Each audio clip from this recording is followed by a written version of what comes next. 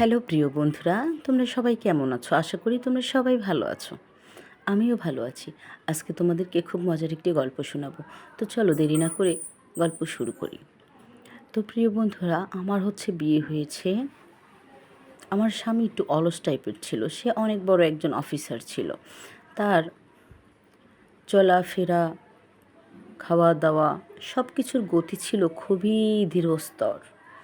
মাঝে মাঝে না খুব মন খারাপ হতো আমার, কেন আমার স্বামীটা এরকম। তারপরও ভাবতাম স্বামী সংসার, যাই হোক সময় মানুষ ব্যবহার সব কিছু মানিয়ে নেব। অন্যদিকে ছিল আমার শ্বশুর শাশুড়ি। তাদেরকে দেখতাম কি সব সময় কিছু না কিছু নিয়ে কথা বলতে। যাই হোক, আমার স্বামী অফিস থেকে আসার পরে খাওয়া দাওয়া করে ঘুমিয়ে যেত। আমি বসে থাকতাম, খুব ইচ্ছে করতো ওকে একান্ত কাছে পাওয়ার জন্য, কিন্তু ও অনেক ক্লান্ত থাকতো, ঘুমিয়ে পড়তো। আমি ভালো লাগতো না, ঘর থেকে উঠে যেতাম, উঠে বারান্দায় বসতাম। পাশেই বারান্দার সাথে আমার শ্বশুর শাশুড়ির ঘর। দেখতাম যে আমার শাশুড়ি আওয়াজ করছে, আর পারছি না, আমার লাগছে তো, আমাকে ছেড়ে দাও না। এভাবে আর কত বলো তো, আমি তো একটা সহ্যের তো একটা মানুষের সীমা আছে, এই ধরনের কথা বলতো। তখন আমি চেয়ার থেকে বসা অবস্থায় জানালার আরও কাছে গেলাম, কিন্তু কিছু শুনতে পারলাম ঠিকই, কিন্তু কিছু দেখতে পারলাম না, কারণ পুরো জানালাই পর্দা দিয়ে ঢাকা ছিল। আমি কানটা লাগিয়ে আরও ভালোভাবে শুনতে থাকলাম। দেখলাম হ্যাঁ, খুবই বলতেছে, কি হলো, তোমাকে তো বললাম ছাড়ো, আর পারছি না। আমার শ্বশুর বলতে থাকলো, দেখো পারবে, এটা কোনো কথা হলো, মাঝপথেই ছেড়ে দিব? আমার তো হতে হবে নাকি? বসেই ভালো লাগছে, আর কিছুক্ষণ অপেক্ষা করো, হয়ে যাবে। তোমার যদি বেশি সমস্যা হয় আমি তোমাকে একটু তেল দিয়ে দিচ্ছি। এই কথা শুনে খুব ভালোভাবে দেখলাম যে জানালা দিয়ে কোনো কিছু দেখা যায় নাকি, কোনো একটু ফাঁকা ফোঁকা আছে নাকি। দেখলাম কি না, কিছুই দেখা যাচ্ছে না। অনেকটা সময় ওখানে দাঁড়ালাম, প্রায় 1.25 ঘন্টার মতো। জানি না তারা কখন শুরু করেছে। দাঁড়িয়ে থাকলাম, এই 1.25 ঘন্টাই তারা খুবই খুবই মজা করছিলেন। এটা বাহিরে থেকে যদিও দেখা যাচ্ছিল না, কিন্তু স্পষ্ট বোঝা যাচ্ছে। এটা দেখার পর, শোনার পর আমার খুবই খুবই ইচ্ছে করছে। ঘরে গেলাম, যাওয়ার পরে আমার স্বামী নড়ে চড়ে উঠল, বলল, কী ব্যাপার, কোথায় গেছো তুমি? রাত কটা বাজে? এই সময় একা একা কোথায় গিয়েছিলে? স্বামীর উত্তরে বললাম, ভালো লাগছিল না, মাথাটা ব্যথা করছিল, অস্থির লাগছিল, তাই একটু বারান্দায় গিয়েছিলাম। আমার স্বামী বলল, এরপরে যদি তোমার ভালো না লাগে, খারাপ লাগে, তুমি আমাকে ডেকো, আমি তোমার মাথা টিপে দেব। তুমি রাতে একা একা বারান্দায় যেও না। স্বামীকে বললাম, ঠিক আছে। বলতেই স্বামী আবার ওখানেই পড়ে মরার মতো ঘুমিয়ে গেল। আমিও শুয়ে ঘুমিয়ে গেলাম। অন্যদিকে এক বুক আকাঙ্ক্ষা ছিল, ভেবেছিলাম একটু কাছে আসবে, একটু হয়তো আমাকে ছুবে, কিন্তু তার কোনোটাই হলো না। আকাঙ্ক্ষা আকাঙ্ক্ষাই রয়ে গেল। পরের দিন সকালে উঠলাম, সবাই জলখাবার খেলো, আমি নিজেও খেলাম, যদিও খেতে তেমন একটা ভালো লাগছিল না। শাশুড়িকে দেখলাম একটু রাগ রাগ ভাব। শাশুড়িকে বললাম, কি হয়েছে আপনার, কিছু লাগবে? বলল, না তেমন কিছু লাগবে না, তুমি তোমার কাজেই ধ্যান দাও, আমার জাজুজি করতে এসো না, ভালো হবে না। মনে মনে বুঝতে পারলাম হয়তোবা পর্দার আড়াল থেকে আমি তাদেরকেও দেখতে না পেলেও তারা হয়তো আমাকে দেখেছে। যাই হোক, আমি চুপচাপ থাকলাম, নিজের গতিতে নিজের কাজ করতেই থাকলাম। বাড়ির যত ঝামেলা আছে। স্বামী অফিস থেকে আসলো, আসার পরও আবারও সে খাওয়া দাওয়া করে তার টাইম মতো শুতে চলে গেল। আমি আবারও মাঝরাতে উঠে গেলাম। উঠে যেয়ে দেখছি আজকেও সেই কাজ করছে, সে খুবই মজা নিচ্ছে।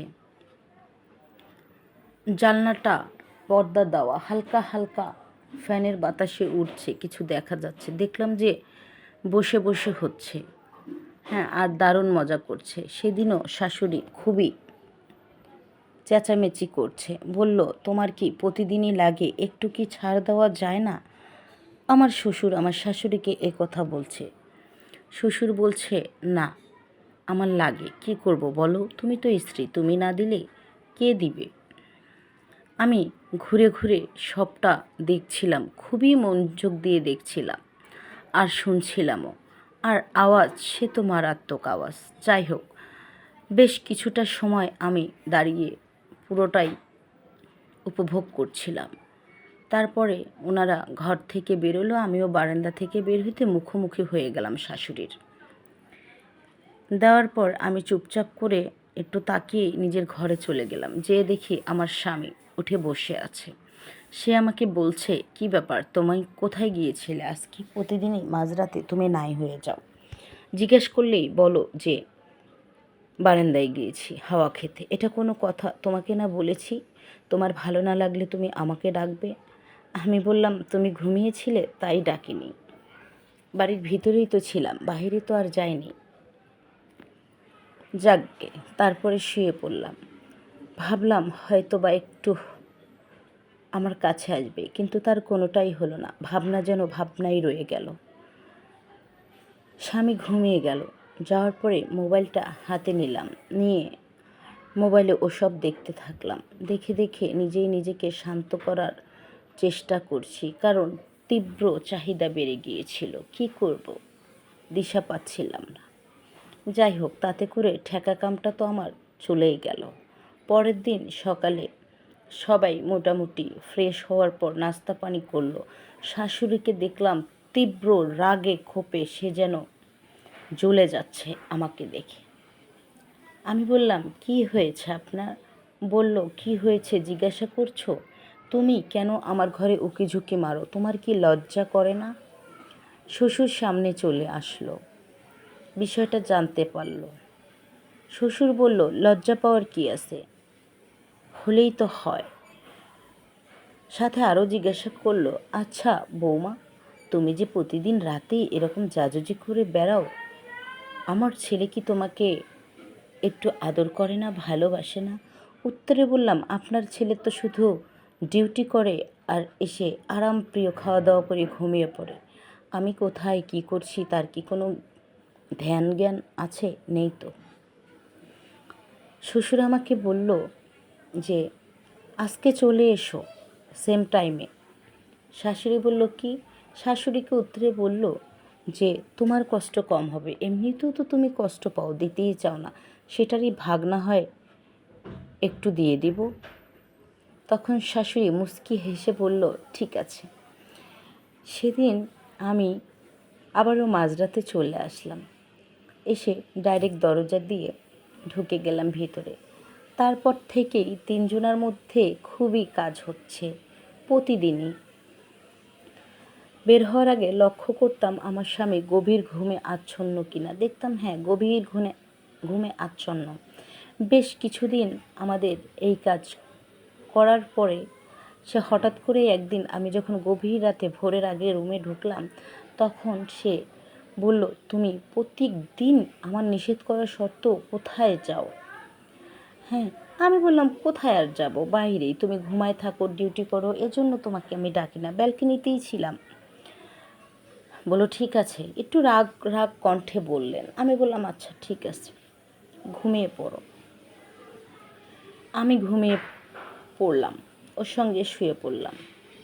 ও আমাকে পাত্তাই দিল না, শুধু শাসন করার বেলায় 16 আনা। যাই হোক, যেহেতু স্বামী রাগ করছে, মাঝখানে আরও 2-1 দিন যায়নি। না যাওয়ার পর আবারও তৃতীয় দিন চলে গিয়েছি। যাওয়ার পরে খুবই শান্তি করে আমরা কাজ করছিলাম। করেই ঘরে আসলাম সেই ভোর হওয়ার আগে আগে। এসে দেখলাম স্বামী বসে আছে। স্বামী আমাকে বলতেছে, আজকেও তুমি কোথায় গিয়েছিলে? আজকে সে প্রচণ্ড রেগে গেছে, দিয়ে আমাকে ধাক্কা দিয়ে বিছানায় ফেলে দিল। বলো, তুমি কোথায় গিয়েছিলে? আমি কাঁপা কাঁপা কণ্ঠে বললাম, আমি তো শ্বশুরমশাইদের ঘরে গিয়েছিলাম। বলল, এত রাত্রে সে ঘরে তোমার কি? আমি বললাম, কাজ ছিল, মা বলেছিল যেতে, তাই গিয়েছিলাম। এই কথা শুনতেই বলল, ঠিক আছে শুয়ে পড়ো। তো পরের দিন আবার গিয়েছি। যাওয়ার পরে আমরা খুব মজা করলাম, করে আমাদের কাজ সম্পূর্ণ করলাম।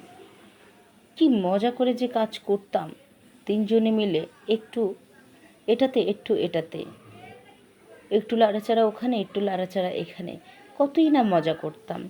তারপরে কাজ শেষ করে ঘরে চলে আসলাম। আসার পরে আমার স্বামী তীব্র আকারে আমার উপরে ক্ষেপে গেল।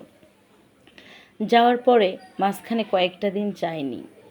না যাওয়ায় আমার স্বামী বলল, আমি যাব তোমার জায়গায়। তো আমার স্বামী গেল শ্বশুরের রুমে। যাওয়ার পরে একটা ফাইল সহ আমার স্বামীকে আমার শ্বশুর কাজ ধরিয়ে দিল। সেদিন তো মোটামুটি চলে গেল। এখন পরের দিন আমি এসেছি। আসার পরে আমরা খুব মজা করে করে কাজ সেরে নিয়েছি। অন্যদিকে আমার স্বামী এসেছে। তখন আসার পরপরই দেখে যে আমরা এক পায়ে দাঁড়িয়ে পুজো করছি। তখন আমার শাশুড়ি মা বলল, এটা কি হচ্ছে এ বাড়িতে? তখন আমার শাশুড়ি মা বলল, তোর বাবা এই বাড়ির সুখ শান্তির জন্য ঈশ্বরের দরবারে তাকে খুশি করার জন্য পুজো করছে, তাই এক পায়ে দাঁড়িয়ে আছে। আমি তো ক্লান্ত হয়ে যাই, কিন্তু তোর বাবা আর বৌমা, তাদের অনেক অনেক শক্তি, তারা অনেক সময় এক পায়ে দাঁড়িয়ে থাকতে পারে। তখন আমার স্বামী বলে, হ্যাঁ, আমার স্ত্রীর কোনো ক্লান্তি নেই, সে সত্যি কাজ খুবই ভালো করতে পারেন। এই কথা বলতেই আমরা এক পা ছেড়ে দিলাম। তারপরে আমার স্বামী আমার শ্বশুরকে বলল, বাবা, এসব অন্ধবিশ্বাস, এসব বিশ্বাস করো না। এই বাড়ির সুখ শান্তির জন্য আমরা কন্টিনিউ যেভাবে পূজা করি ওটাই চলবে। কে বলেছে তোমাকে রাতের পর রাত এক পায়ে পুজো দিয়ে দাঁড়িয়ে থাকার জন্য? পুরো ফ্যামিলিকে নিয়ে এসব আর করো না। তো পরের দিন থেকে ভাবলাম যে না, আমাদের আর এমন কিছু করা যাবে না। তাই যার যার মতো আমরা শেষে বাড়ির কাজকাম পুজো পাঠ নিয়েই ব্যস্ত থাকতাম। আমরা আর সে কাজ করলাম না। নিজেদের মধ্যে অনুতাপ্ততা চলে আসলো। যাই হোক প্রিয় বন্ধুরা, আজকের গল্প এখানেই শেষ করছি। আমার গল্প তোমাদের কাছে কেমন লাগলো অবশ্যই জানাবে। যদি ভালো লাগে থাকে তাহলে অবশ্যই লাইক, কমেন্ট এবং তোমাদের যারা ভালো বন্ধু আছে তাদেরকে শেয়ার করবে। অ্যান্ড সাবস্ক্রাইব করতে তো ভুলবে না। সাবস্ক্রাইব করে পাশে থেকো। আজকে এই পর্যন্তই। Bye bye and take care.